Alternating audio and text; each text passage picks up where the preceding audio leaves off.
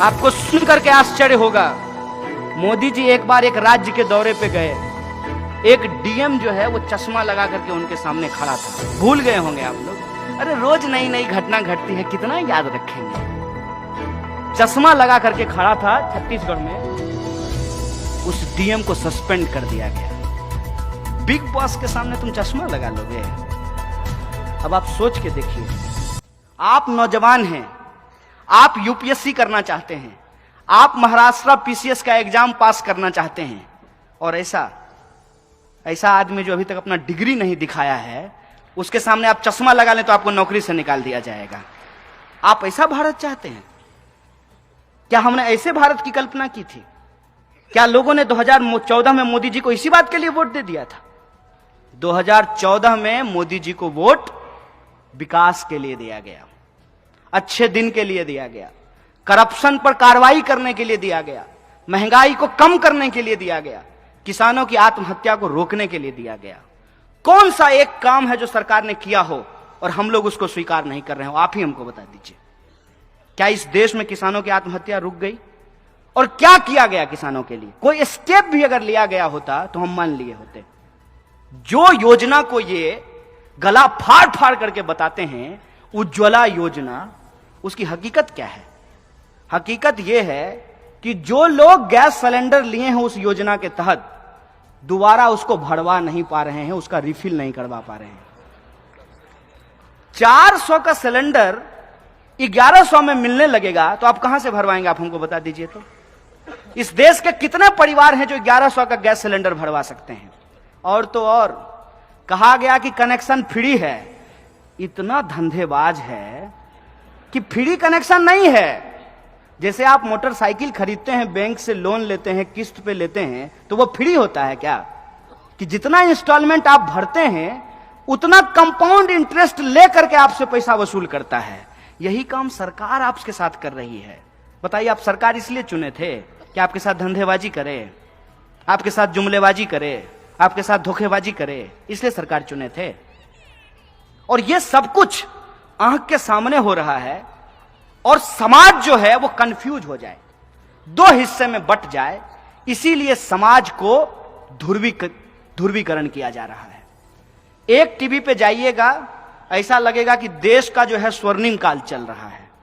जी news पे आप जाइए, डीडी न्यूज पे जाइए, तो ऐसा लगेगा कि देश का स्वर्णिम काल चल रहा है।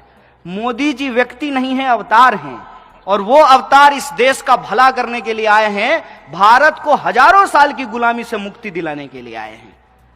दूसरी तरफ जहां आपके किसानों की बात हो रही है, बच्चों की बात हो रही है, शिक्षा की बात हो रही है, महिला की बात हो रही है, अल्पसंख्यक, दलित, आदिवासी, गरीब, किसान, मजदूर की बात हो रही है, तो आप अगर दोनों जगह देखेंगे तो आप कंफ्यूज हो जाएंगे और आपको लगेगा कि सच क्या है। मैं कहता हूं, मेरी बात भी आप मत मानिए, आप अपना सच स्वयं तलाशने का प्रयास करिए। आपके पास भी दिमाग है, आपके पास भी मोबाइल है, आपके घर में भी अखबार आता है, आप भी बाजार जाते हैं। अगर आपके मोबाइल पे ये विज्ञापन आ रहा है कि मोदी जी आए और महंगाई कम कर दिए, तो इस बात की जांच आप कर सकते हैं कि नहीं कर सकते हैं? तुरंत झोला उठाइए, मॉर्निंग वॉक भी हो जाएगा, थोड़ा पेट भी, आजकल थोड़ा लोग स्लिम रहना चाहते हैं, थोड़ा पेट भी आपका पीछे पिचक जाएगा, और सब्जी लेने जाइएगा, आपको पता चल जाएगा कि महंगाई कम हुई कि नहीं हुई। अच्छे दिन आपके जीवन में आए कि नहीं आए, इसको बताने के लिए आपको न्यूज एंकर की जरूरत है, आपको न्यूज एंकर की जरूरत नहीं है।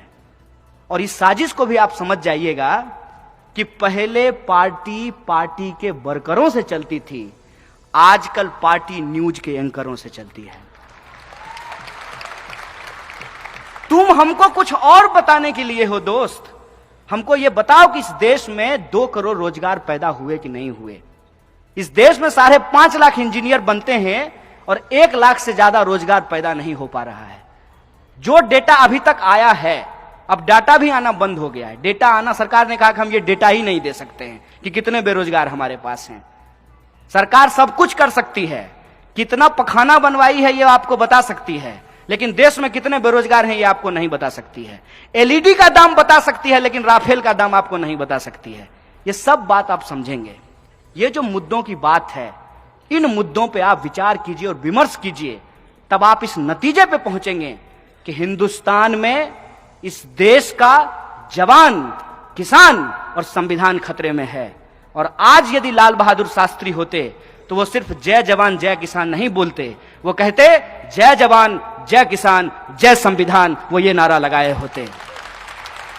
और संविधान की जब हम बात करते हैं तो संविधान की आधारशिला क्या है, इस बात को हमको समझना पड़ेगा।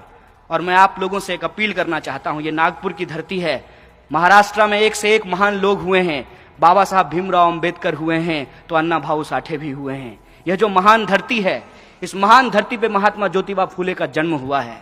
मैं आप लोगों से यह आग्रह करना चाहता हूं कि टीवी व्हाट्सएप तो सब ठीक है, एक बार महात्मा फूले का गुलामगिरी जरूर पढ़िएगा।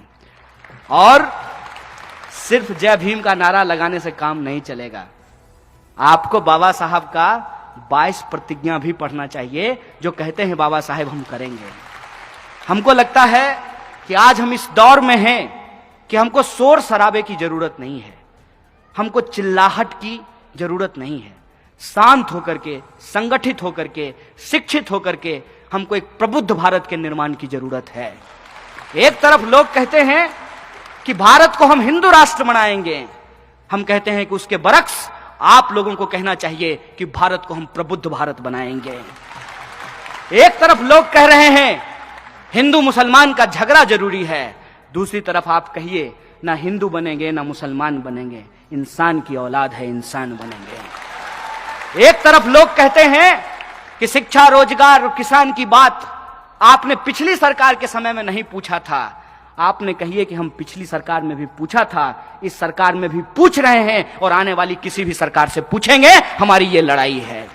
और जब आपको कहें वो आपको कि आपको मोदी का विरोध करने के अलावे आपके पास कोई विकल्प नहीं है, तो आप उनको एक हिसाब समझाइएगा, उनको कहिएगा कि इस देश में हमारा कॉमन मिनिमम प्रोग्राम यह है कि सबको शिक्षा, सबको काम, मजदूर को मजदूरी, किसानों को उनके फसल का दाम, हिंदू हो या मुसलमान, महिला हो या पुरुष, सबको मिले बराबर का आत्मसम्मान। ये हमारा कॉमन मिनिमम प्रोग्राम है। और इस कॉमन मिनिमम प्रोग्राम पे हम साथ चलने के लिए तैयार हैं, क्योंकि हम ये बात जानते हैं कि हिंदुस्तान को यदि हम संगठित तौर पे देखना चाहते हैं तो हर किसी को अपनी अपनी भूमिका निभानी पड़ेगी। कोई शिक्षक क्लासरूम में अच्छी बात पढ़ाएगा, कोई कलाकार अच्छा पेंट बनाएगा, कोई पत्रकार अच्छा रिपोर्टिंग करेगा, कोई महिलाओं के बीच में जाएगी और महिला के अधिकार उसको समझाएगी, कोई मजदूरों के बीच में काम करेगा, कोई किसानों के बीच में काम करेगा, कोई दलित अत्याचार के लिए आवाज बुलंद करेगा, कोई रोहित वेमुला के लिए लड़ेगा, कोई नजीब अहमद की लड़ाई को आगे बढ़ाएगा। यह काम हम सब लोगों को मिलकर के करना पड़ेगा। और इस काम को मिलकर करने के लिए यह जरूरी है कि आप में और हम में अंतर क्या है, इससे पहले इस बात की पड़ताल की जाए कि आप में और हम में समानता क्या है, एकता क्या है, इस बिंदु को ढूंढा जाए।